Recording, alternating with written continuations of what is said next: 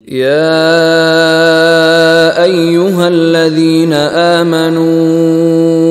إن كثيرا من الأحبار والرهبان ليأكلون أموال الناس بالباطل ويصدون عن سبيل الله والذين يكنزون الذهب والفضة ولا ينفقونها في سبيل الله فبشرهم بعذاب أليم۔ اس آیت مبارکہ کے بارے میں یہ نوٹ کر لیجئے کہ اس آیت کے حوالے سے حضرت ابوذر غفاری رضی اللہ تعالیٰ عنہ کی رائے قائم ہو گئی تھی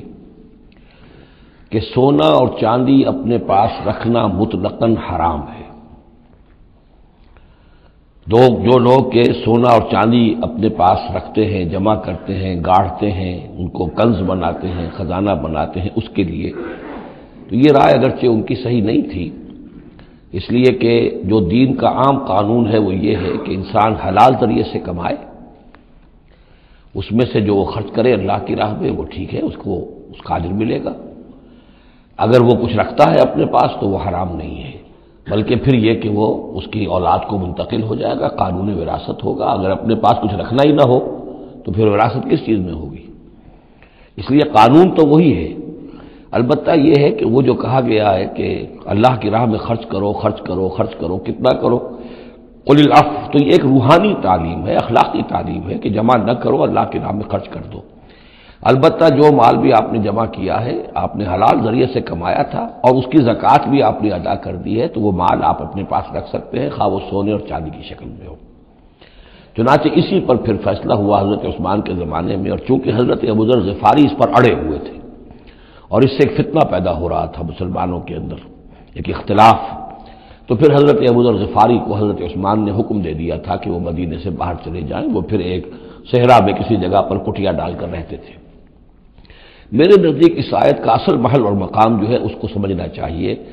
اور وہ ہے ان لوگوں سے متعلق ہے یہ مسئلہ جو دین کا کام کرتے ہیں، احبار ہیں، رہبان ہیں۔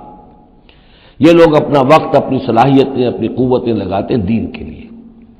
عام لوگوں کا معاملہ اور ہے، وہ کاروبار کر رہے ہیں، کوئی پروفیشن ہے، کوئی اپنا اور بزنس ہے، اس کے حوالے سے ان کے پاس آمدنی ہو رہی ہے۔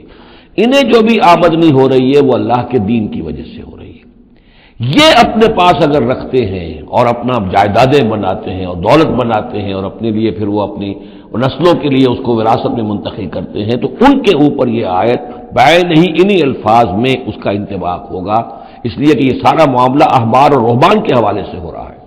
اس آیت کا سیاق اور سباق جو ہے کہ ظاہر بات ہے کہ ان کے لیے جو بھی کچھ ہے،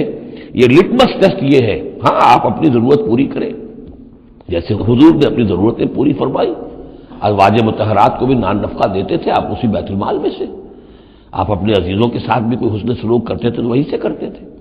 کبھی بیت المال خالی ہے تو فاقہ بھی آ رہا ہے، لیکن ضرورتیں پوری کریں، جائیداد بنا کر نہ چھوڑ کر جائیں۔ یہ جو معاملہ ہے کہ اس کو جمع کیا جائے اور پھر وہ جائیداد بنے، میرے نزدیک آج بھی اگر آپ جاننا چاہیں علماء حق کون ہیں اور علماء سو کون ہیں، تو لٹمس ٹیسٹ یہ ہے،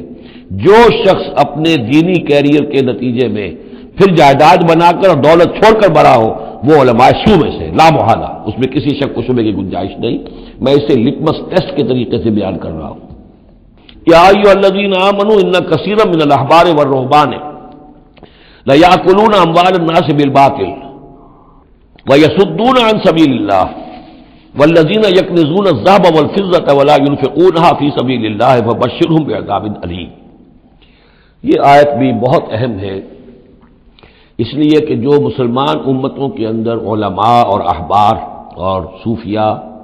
یا آپ ایک لفظ استعمال کریں مذہبی پیشوا، جو بھی ایک طبقہ بن جاتا ہے، اگر ان میں دنیا کی محبت اور مال کی محبت آ جائے، ایک عام کاروباری آدمی ہے، دنیا کا کاروبار کرتا ہے، اب ظاہر بات ہے حلال ذریعے سے کما رہا ہے، اچھا کھائے اچھا پہنے، ٹھیک ہے،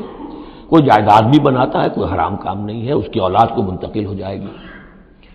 لیکن یہ کہ جو شخص دین کی خدمت میں لگا ہوا ہے، اب اسے فرض کیجئے کوئی ہدیہ دے رہا ہے، کوئی اس کو اگر فرض کیجئے تحفہ دے رہا ہے یا کسی طریقے سے، تو دین کے لیے دے رہا ہے۔ اگر یہ لوگ بھی اپنے پاس دولت جمع کریں، اگر یہ اپنی جائیدادیں بنائیں، تو یہ بدترین انسان ہے آسمان کی چھت کے نیچے کے۔ یہ سمجھ لیجیے اچھی بات، عام آدمی کے لیے قانون اور ہوگا۔ اس حدیث کو ذہن میں لے آئیے، حضور نے فرمایا یوشک ان یاتی علی الناس زمان، مجھے اندیشہ ہے لوگوں پر ایک وقت ایسا آ جائے گا۔ کیسا آ جائے گا؟ لا یبقى من الاسلام الا اسمہ، اسلام میں سے اس کے نام کے سوا کچھ نہیں بچے گا۔ ولا یبقى من القرآن الا رسمہ، قرآن میں سے اس کے رسم الخط کے سوا کچھ نہیں بچے گا۔ مساجدہم عامرۃ، ان کی مسجدیں آباد بہت ہوں گی، شاندار ہوں گی، وہی خراب من الہدی، ہدایت سے خالی ہوں گی۔ وعلماؤہم شر الناس تحت عظیم السماء، اور ان کے علماء آسمان کی چھت کے نیچے کے بدترین انسان ہوں گے۔ من عندہم تخرج الفتنۃ وفیہم تعود، انہی میں سے فتنہ برآمد ہوگا، انہی میں گھس جائے گا۔ تو یا ایھا الذین آمنوا، اہل ایمان، ان کثیر من الاحبار والرہبان، یقیناً بہت سے علماء اور درویش، لا یاکلون اموال الناس بالباطل، وہ لوگوں کے مال ہڑپ کرتے ہیں باطل طریقے سے، ویصدون عن سبیل اللہ، اور وہ روکتے ہیں لوگوں کو اللہ کے راستے سے، والذین، اور کوئی نئی دعوت اٹھی ہے، کوئی اللہ کا بندہ جو ہے لوگوں کو دین کی طرف بلا رہا ہے،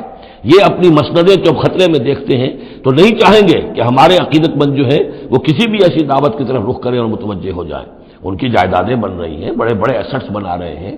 جب مرتے ہیں تو چھوڑ کر جائیدادیں جاتے ہیں، ان کی اولادوں کے پھر آپس میں مقدمے ہوتے ہیں، جھگڑے ہوتے ہیں۔ فرمایا والذین یکنزون الذهب والفضة، اور وہ لوگ کہ جو دفینے بناتے ہیں، جمع کرتے ہیں اپنے پاس سونا اور چاندی، ولا ينفقونها فی سبیل اللہ، اور وہ خرچ نہیں کرتے اس کو اللہ کی راہ میں، وبشرهم بعذاب علیم، تو ان کو بشارت دے دیجیے عذاب علیم کی، دردناک عذاب کی۔